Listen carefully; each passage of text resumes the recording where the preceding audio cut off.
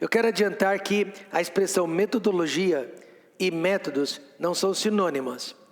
Tem dois significados completamente diferentes. E eu vou explicar no decorrer do estudo. Quais são os métodos tradicionais mais comuns que a igreja usa para o seu crescimento numérico e para o seu crescimento espiritual? Eu estou falando de igrejas neotestamentárias, né? Igrejas saudáveis, que são aquelas que se baseiam na palavra de Deus, ficam dentro das Escrituras. Podemos enumerar pelo menos 4 meios que as igrejas saudáveis têm aplicado ao longo do tempo, desde a ressurreição de Cristo até os dias de hoje, para alcançar os perdidos e estabelecer os salvos. A igreja tem esses dois compromissos: alcançar os perdidos, mas também estabelecer e edificar os salvos em Cristo. O primeiro método mais comum é o convite pessoal. Nós partimos da premissa que ovelhas produzem ovelhas. Pastores apacentam as ovelhas, mas são as ovelhas que produzem outras ovelhas. Isso quer dizer que o ministério da igreja local, ela depende e muito da participação de cada um de vocês para trazer visitantes e apresentar o ministério da igreja para os seus amigos, para os seus colegas de trabalho, para os seus parentes e até mesmo para os desconhecidos. O convite pessoal não chega a ser um ato de evangelismo, mas muitas pessoas acabaram se convertendo a Cristo por meio de um convite pessoal para visitar a igreja, para visitar a casa de Deus. Então eu diria que este método do convite pessoal tem sido o mais bem sucedido ao longo dos anos. Nada ajuda a igreja a crescer mais que a participação dos próprios irmãos da igreja. O segundo método mais tradicional é o evangelismo pessoal. Aqui já é o ato de entregar o plano de salvação, a mensagem do evangelho, de forma completa e eficaz para quem, é claro, permite ouvi-lo. Você sabe ou saberia ganhar uma alma para Cristo? Nem sempre o ouvinte irá se converter ou fazer uma decisão positiva ao lado de Cristo. Mas com certeza agora que ele ouviu o plano de salvação, ele sabe como ser salvo, ele sabe como ser perdoado de seus pecados, e ele sabe como ele pode agora mudar a direção ou direcionamento da sua vida. O terceiro método mais usado é a visitação. Eu chamo de visitação pessoal. Quer seja por meio do pastor, né, que visita as casas, que visita as famílias, ou por meio dos membros da igreja, que também ajudam neste ministério. A visitação consiste em ir até o endereço de alguém para, primeiro, lhe apresentar o evangelho ou agradecê-lo por uma visita que ele ou ela fez a um dos cultos da igreja. Então você viu até aqui, convite pessoal, evangelismo pessoal, visitação pessoal. E o quarto, programação especial. O que vem a ser? No decorrer do ano, a igreja local pode promover conferências, como a que nós tivemos recentemente, sobre a família, com a presença do pastor Daniel Johnson. A igreja promove encontros ou até cursos que irão atrair a presença de vários visitantes com a intenção de ganhá-los a Cristo, ou simplesmente fazer o ministério da igreja conhecido na região. Pessoas falam: pastor, nós fazemos panfletagem, Paulo e a equipe dele entregam mais de 5.000 convites, mas ninguém vem aos encontros. Será que vale a pena? Sim, porque aqueles folhetos estão promovendo a igreja, e a igreja está se fazendo conhecida na nossa região. Vale a pena sim, por esse motivo. Às vezes você está lá no centro da cidade, você diz para alguém: eu sou do Templo Batista Maranata. Imediatamente aquela pessoa vai lhe perguntar: é aquela igreja do lado do tio Arthur? É aquela igreja no quarteirão da padaria City Pão? Isso já aconteceu comigo muitas e muitas vezes. Então veja que cada um desses métodos há vantagens e desvantagens. Nenhum desses métodos é perfeito. Há vantagens e desvantagens. Por exemplo, convite pessoal. Quais seriam as vantagens? Demonstre interesse na pessoa. Olha, ele está interessado que eu visite a igreja. Demonstra confiança na igreja. Você não vai convidar ninguém para vir à igreja se você não confiasse na sua igreja. E demonstra participação na obra de Cristo. Você faz questão de ajudar, de cooperar com o ministério. Mas há desvantagens. Pode causar constrangimento. Pessoas às vezes não gostam de serem assediadas. Pode até afastar as pessoas de você, principalmente se tratando de vizinhos ou parentes ou colegas de trabalho, e pode fechar as portas. Então Deus precisa nos dar muita sabedoria quando nós estamos nos utilizando do convite pessoal. Veja no caso do evangelismo pessoal. Alguém diria que é só vantagem. Depende de como está sendo feito. Sem dúvida nenhuma, demonstra obediência a Cristo, pois Ele disse para cada um de nós: ide por todo o mundo e pregai o Evangelho. Nós não temos como escapar deste mandamento. Mas demonstra amor por almas perdidas.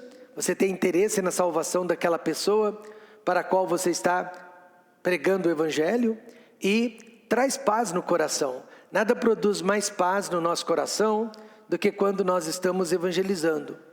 Mas quais seriam as desvantagens? De novo, pode causar constrangimento. Pessoas não gostam de ser cobradas, assediadas. Pode afastar as pessoas de você. Lá vem o crente, né? Pregar religião. E pode fechar as portas. Então, mesmo se tratando de evangelismo, você precisa da unção do Espírito Santo, da sabedoria divina, para saber como se aproximar das pessoas. E visitação pessoal. Este é o ministério principal do pastor. E através da visita, a aproximação, a evangelização, a maioria das pessoas que eu já ganhei para Cristo foi dentro da casa delas, através de uma visita e comunhão, porque você acaba passando tempo com aquela família. Mas há desvantagens, né? Principalmente aqui na cidade de Ribeirão Preto, as pessoas não gostam de receber visitas, a menos que a visita tenha sido programada, avisada de antemão. Mas se você simplesmente aparecer na casa de alguém, parece uma interferência e cria uma intimidade que geralmente as famílias não querem ter. E às vezes inconveniência. Você chega na hora errada, na hora que o casal porventura esteja tendo um conflito, na hora de uma refeição. Então, de novo, precisamos de sabedoria para exercer o método da visitação. Já em Goiás, você pode aparecer na casa das pessoas, não é, Vanderlei? A qualquer hora do dia ou da noite. E você sempre será muito bem recebido e as famílias se sentem muito honradas. Mas é cultura e nós temos que respeitar a cultura de cada lugar. E, por fim, programação especial. Nós procuramos realizar de 3 a 4 conferências anuais, além, é claro, dos cursos que nós promovemos no decorrer do ano. Quais são as vantagens? União, une a igreja, debaixo de um mesmo tema, de um propósito. Pedimos que a igreja compareça em massa, não perca nenhum dos cultos, ore, participe, traga visitantes. Oportunidade para trazer visitantes, porque se trata de uma ocasião especial. Edificação da igreja. A última conferência sobre a família edificou a nossa igreja. E, de novo, promoção da igreja. A igreja se faz conhecida quando nós impulsionamos, não é, Wallace, as propagandas pelas redes sociais ou colocamos outdoors espalhados pela cidade. Mas há desvantagens, porque toda programação especial depende 100% da igreja. E apesar de que a gente avisa com muita antecedência, há famílias que resolvem viajar naquela ocasião, né? Ou recebem visitas e a igreja fica na mão, porque nesses momentos a igreja depende 100% dos seus irmãos. E constrange pessoas, porque o pastor marcou a conferência da família, agora eu tenho que ir. Há pessoas que pensam assim e cansa as pessoas. Na igreja na sexta, no sábado, no domingo cedo, no domingo à noite. E por último, revela o interesse das pessoas. Mostra realmente quem vestiu a camisa do ministério e quem ainda não vestiu. Infelizmente, não podemos negar este fato. Então, você viu que todos esses métodos, por mais tradicionais que sejam, eles têm vantagens e desvantagens. E todos eles são bons, todos eles são saudáveis. Mas dependendo da região da cidade, nem sempre darão certo. Há métodos que não dão certo na City Ribeirão, mas que dariam muito certo lá no Ipiranga, ou no Sumarezinho. Todavia, algumas igrejas insistem em procedimentos que não estão surtindo efeito, mas esperando resultados diferentes. Sabem que não está dando certo, mas têm esperança que uma hora vai dar certo. Depois de 30 anos de ministério, vendo a sua igreja abaixando de número, de 300 agora para 30 pessoas, um pastor veterano, já de idade, ele disse para nós: eu não sei o que aconteceu, eu nunca mudei nada, eu sempre estive no mesmo lugar. Minha esposa, que ouviu a explicação do pastor, não disse nada, mas ela pensou no coração e depois ela me falou. Ela pensou, talvez este seja o problema, o pastor não mudou os métodos, apesar que a rua da sua igreja e o bairro da sua igreja não são mais os mesmos depois de 30 anos. E realmente não são. Mudou-se tudo. Então veja o que Paulo disse em 1 Coríntios 9, 22. Fiz-me como fraco para os fracos, para ganhar os fracos. Fiz-me tudo para todos, para por todos os meios chegar a salvar alguns. Paulo está se referindo a métodos e não a metodologia para ganhar os homens a Cristo. Irmãos, a metodologia bíblica do apóstolo Paulo jamais mudou. Ele podia viajar o mundo afora, a metodologia, a filosofia bíblica de Paulo jamais mudava, mas os meios, os métodos, através dos quais ele ganhava os homens para Cristo, mudava a cada novo endereço aonde ele chegava. Quantos estão entendendo isso? Dependendo do lugar, da cultura, do povo, ele tinha que mudar os métodos, mas sem jamais mudar a metodologia.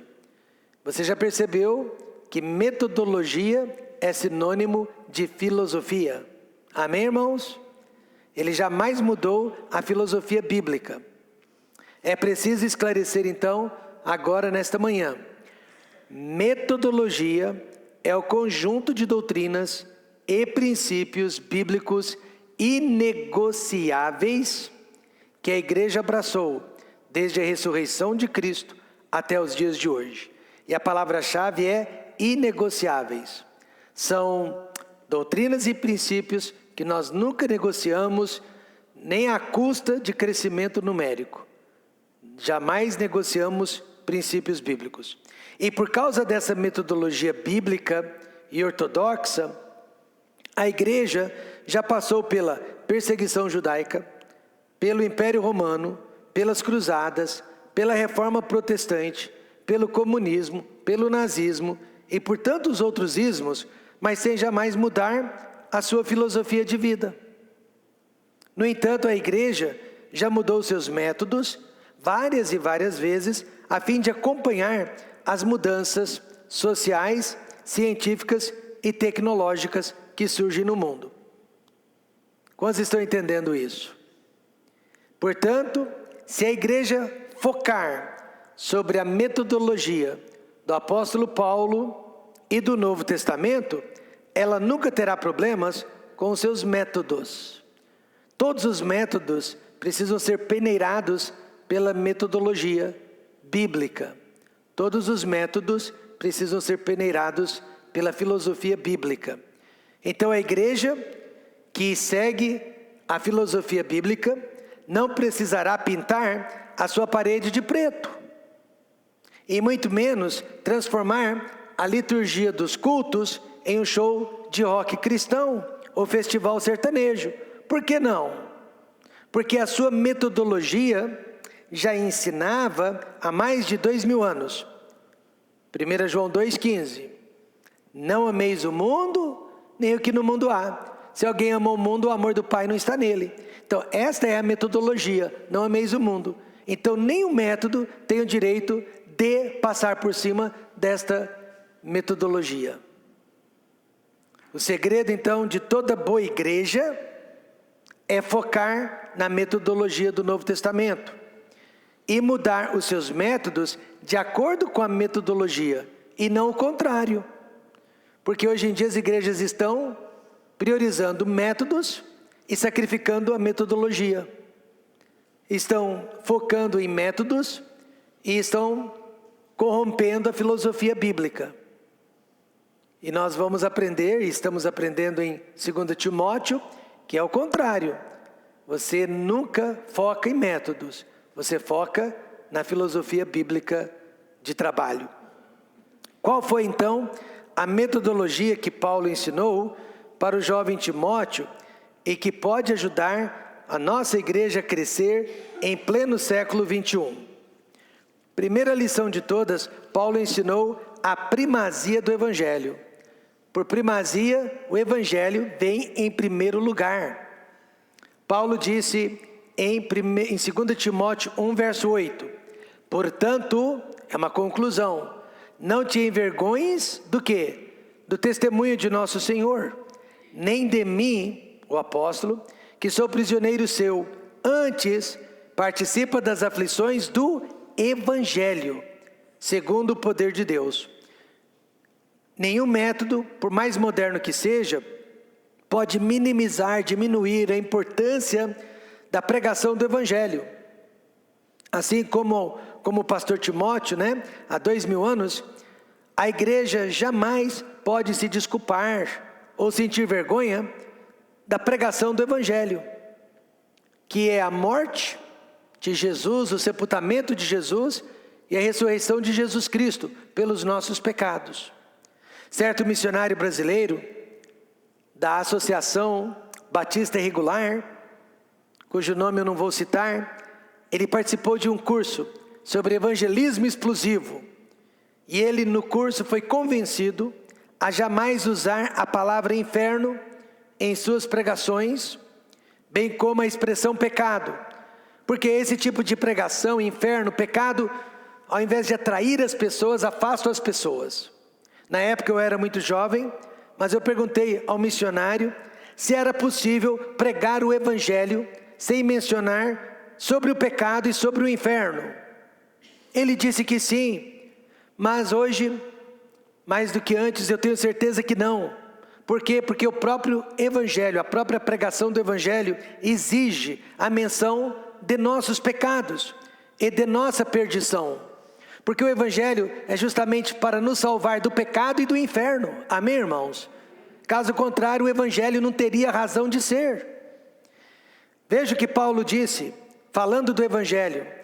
Porque primeiramente, primazia, em primeiro lugar, vos entreguei o que também recebi. O que foi? Que Cristo morreu por nossos pecados. É impossível separar a pregação do Evangelho da pregação contra o pecado.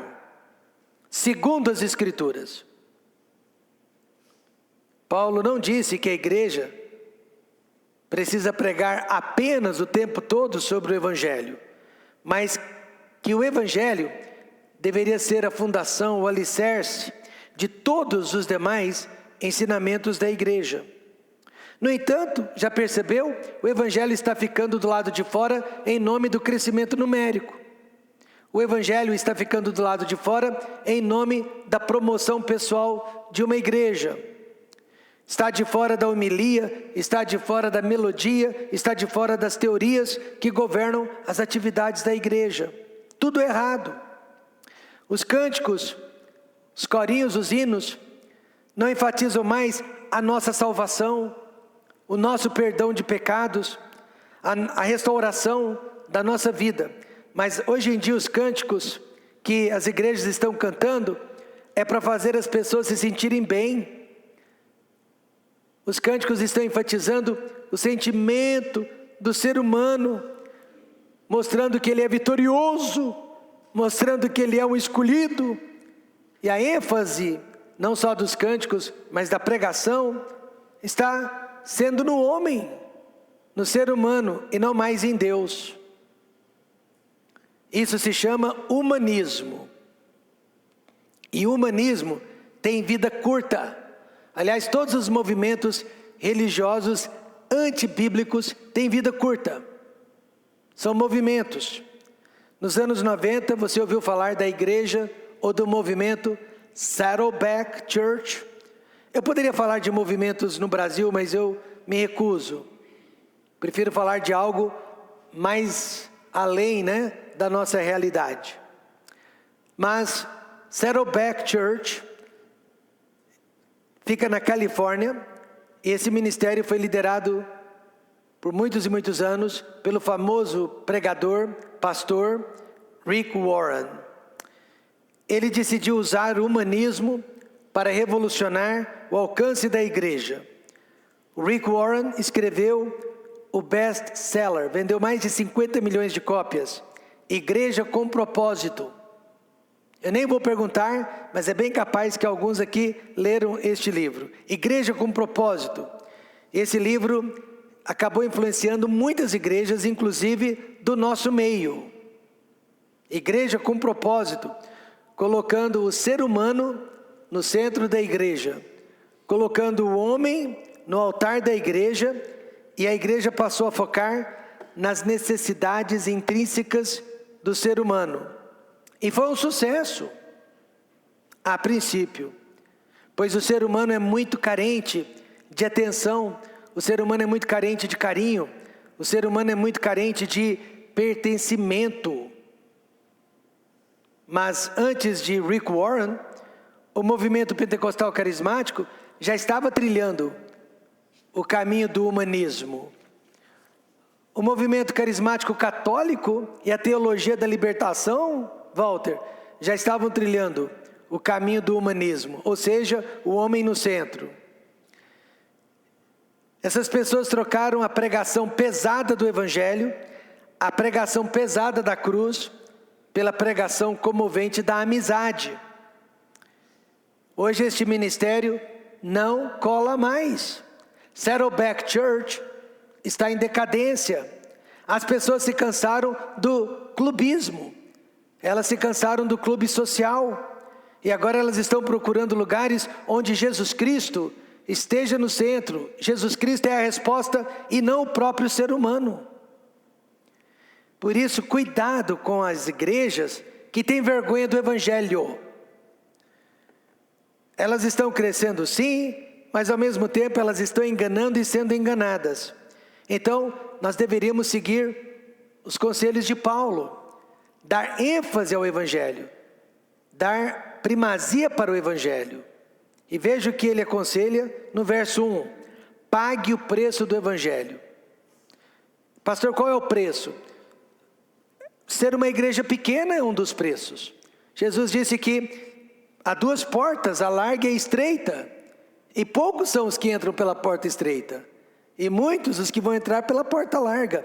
E agora Paulo está dizendo, Paulo, apóstolo de Jesus Cristo, pela vontade de Deus, segundo a promessa da vida que está em Cristo Jesus. E a expressão promessa da vida se refere ao pouco tempo de vida que Paulo teria neste mundo, por causa do Evangelho. Paulo não foi decapitado porque ele pregava prosperidade financeira, cura divina ou libertação de maldição hereditária. Paulo foi decapitado porque ele pregava justamente sobre a morte, sepultamento e ressurreição de Cristo. E consequentemente, arrependimento de pecado e transformação de vida. Promessa de vida. Paulo tinha pouco tempo pela frente. De acordo com a história, ele ficou preso 2 vezes em Roma. Assim que ele chegou, do naufrágio, ele foi colocado na prisão. Mais tarde ele foi liberado por um tempo, talvez alguns meses ou até alguns anos. Mas ele retornou para a prisão, ele não pôde sair de Roma. E quando ele retornou para a prisão, ele sabia que era para morrer. Então, Paulo só agradecia a Deus, porque ele estava vivendo de crédito. Promessa de vida, ele ainda tinha um pouco de vida pela frente para continuar pregando o Evangelho. Porque no ministério de Paulo, o Evangelho tinha primazia. O Evangelho era a pregação principal. Ele disse em 2 Timóteo 4,6, porque eu já estou sendo oferecido por aspersão de sacrifício, e o tempo da minha partida está próximo. Então ele agradece a Deus pela promessa de vida, pelos poucos mais meses ou anos de vida que ele teria para pregar. Então este é o preço do Evangelho. Sabe qual que é o preço do Evangelho? Não uma igreja transbordando de pessoas. O preço do Evangelho é o desprezo, é a perseguição, é a rejeição. E Paulo desafiou Timóteo, o pastor, a ser fiel ao Evangelho e nunca negociar o Evangelho por nada neste mundo. Ontem, eu estive visitando a dona Conceição e a filha dela estava lá e eu disse, Eliette, sabe, eu guardo um testemunho do seu pai, do senhor José Antônio, que eu nunca vou me esquecer. Todos os anos eu cito o testemunho do seu pai, pelo menos uma vez, em uma de minhas pregações. E ela disse, o que foi, Rômulo? Seu pai, ele tinha uma doença, um câncer, que começou nos ossos, no dedinho do pé, e o câncer do senhor José Antônio foi subindo, ele se tornou paraplégico, e de repente o câncer fechou todos os seus órgãos internos, e ele veio a falecer. Mas durante o tratamento, o senhor José Antônio recebeu a visita de alguns colegas do banco. Ele trabalhava no Banco do Brasil, e alguns colegas do banco foram visitá-lo. E esses colegas de banco faziam parte de uma seita, faziam parte de uma seita secreta. E eles ofereceram a cura para o senhor José Antônio. Eles disseram que poderiam fazer um despacho e que ele poderia ser curado. E naquela hora o senhor José Antônio, que era um novo convertido, abriu a Bíblia e leu Gálatas 5, verso 8. Esta persuasão não vem daquele que vos chamou. E ele disse para os amigos, se Deus não quer me curar, certamente eu não quero ser curado por outro. Amém, irmãos? Eu disse para Eliette, esse testemunho ficou cravado no meu coração durante todos esses anos. Eu nunca me esqueci desse testemunho, eu nunca vou me esquecer deste testemunho. Irmãos, evangelho é desprezo, é perseguição, é rejeição. E Paulo disse para o jovem pastor, não negocie o evangelho por nada neste mundo. E no decorrer do capítulo, Paulo usou 7 argumentos neotestamentários para convencer Timóteo a não abandonar a pregação do Evangelho. Olha só os argumentos. Primeiro, lembre da fé de seus antepassados.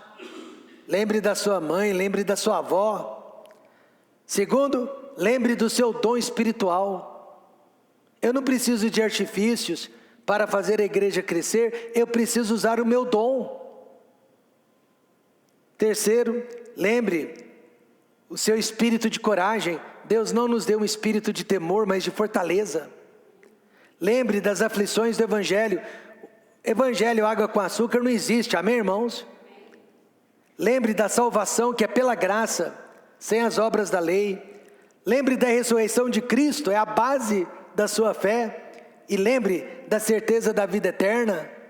Esse mundo é passageiro. Além de sua mãe Eunice e de sua avó Lloyd, Timóteo era filho espiritual de ninguém mais, ninguém menos do que o próprio Paulo, a quem ele precisava imitar. Você já percebeu que a geração de hoje despreza o passado? Despreza os que vieram antes e procura fazer tudo diferente? Essa geração considera que seus antepassados erraram e que agora só ela está fazendo o que é certo. Se depender, elas apagam a história. Elas apagam o nome de várias pessoas da história. Elas derrubam estátuas, monumentos. Passam uma borracha na história. Esta geração considera que seus antepassados erraram e que só ela está fazendo o que é certo. E bem profetizou o rei Salomão quando ele disse: há uma geração que é pura aos seus próprios olhos, mas que nunca foi lavada da sua imundícia. Irmãos, nós não podemos cuspir no prato em que comemos. Não sabemos então qual era o dom espiritual de Timóteo. Paulo não disse, mas Paulo mencionou esse dom. Paulo disse para ele usar o dom que ele tinha recebido e que deveria ser usado para o sucesso do ministério. Preste atenção, todo pastor que sabe usar o seu dom espiritual para a honra e a glória de Deus será bem sucedido no ministério.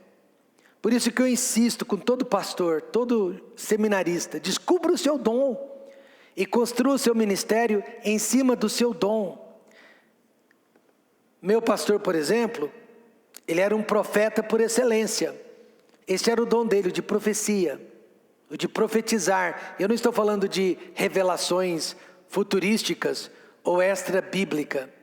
A palavra profetizar significa pregar. Ele tinha o dom da pregação, gente. Quando ele pregava, a igreja mexia, a igreja se movia. E quase 100% da igreja sempre estava no altar. Eu estou exagerando, Grace? Ele pregava, ele comovia as pessoas choravam dos bancos. E pessoas vinham de longe para ouvir o pregador. O ministério dele foi um grande sucesso, porque ele sabia usar o seu dom com 100% de aproveitamento. Então o ministério não é lugar de pessoas medrosas. Paulo garante que o Espírito de Deus é de poder, é de moderação, é de sabedoria e de fortaleza. E que o espírito de medo não vem de Deus. Então isso explica, né? Porque até hoje as igrejas não voltaram ao normal depois da pandemia da Covid-19. Principalmente porque, né, muitos pastores desistiram do ministério durante aqueles dias. O ministério não é lugar para o medo. O medo e o ministério não habitam o mesmo lugar. O evangelho não é um mar de rosas. Eu nunca vou enganar as pessoas e dizer: Felipe, venha para o ministério. Você será mais feliz do que trabalhando na área do direito. O ministério oferece aflições e conflitos. A pregação do evangelho da prosperidade, da cura, da libertação. Se você ler o Novo Testamento, você vai ver, não tem lugar nos ensinamentos de Paulo. O evangelho que Paulo ensinava era de arrependimento de pecado. E quando alguém se arrepende dos seus pecados, será curado de muitas doenças. Amém, irmãos? Era o evangelho do perdão de pecados. Era o evangelho da salvação da alma. E era o evangelho da transformação de vida. A salvação do evangelho é pela graça, Paulo ensina, e jamais pelas obras dos homens. Veja o que ele disse no verso 9. Que nos salvou e chamou com uma santa vocação, não segundo as nossas obras, mas segundo o seu próprio propósito e graça que nos foi dada em Cristo Jesus antes dos tempos dos séculos.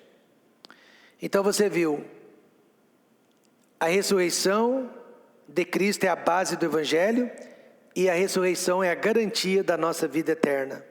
Ato este jamais reproduzido, né, por qualquer outro homem desde Jesus Cristo. Então, irmãos, a certeza de que somos salvos é o que vai nos conduzir durante a vida, e não promessas de paz, de cura e de tranquilidade, porque por mais que Deus nos dê tudo isso, chega uma hora que Ele tira tudo isso de nós. Portanto, igreja com propósito, Walter, é aquela que paga o preço do evangelho. E o segundo conselho: pague o preço do testemunho. Não só o preço do evangelho, mas do testemunho. Veja o verso 13. Essa palavrinha é maravilhosa. Conserva. Quantos aqui são conservadores? Digam amém. Conserva. Conserva o quê? O modelo das santas palavras que de mim tens ouvido, na fé e no amor que há em Cristo Jesus.